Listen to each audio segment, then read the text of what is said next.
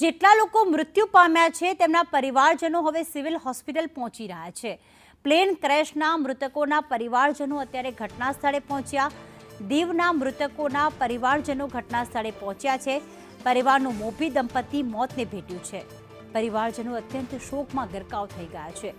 લંડનમાં રહેતા હોવાથી અવરજવર રહેતી જ હતી। અકસ્માતમાં મૃત્યુ પામેલા દીવના મૃતકોના પરિવારજનો ઘટના સ્થળે પહોંચ્યા છે અને તેઓ શોકમગ્ન છે।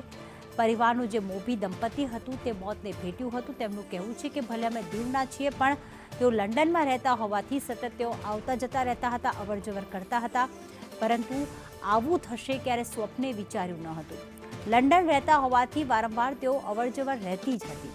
અત્યારે પરિવારજનો સ્થળ પર પહોંચ્યા છે। તેમનું મોભી દંપતી તેમણે ગુમાવ્યું છે। દેવજી લક્ષ્મણ અને વનિતા કાનાના મોત નીપજ્યા છે।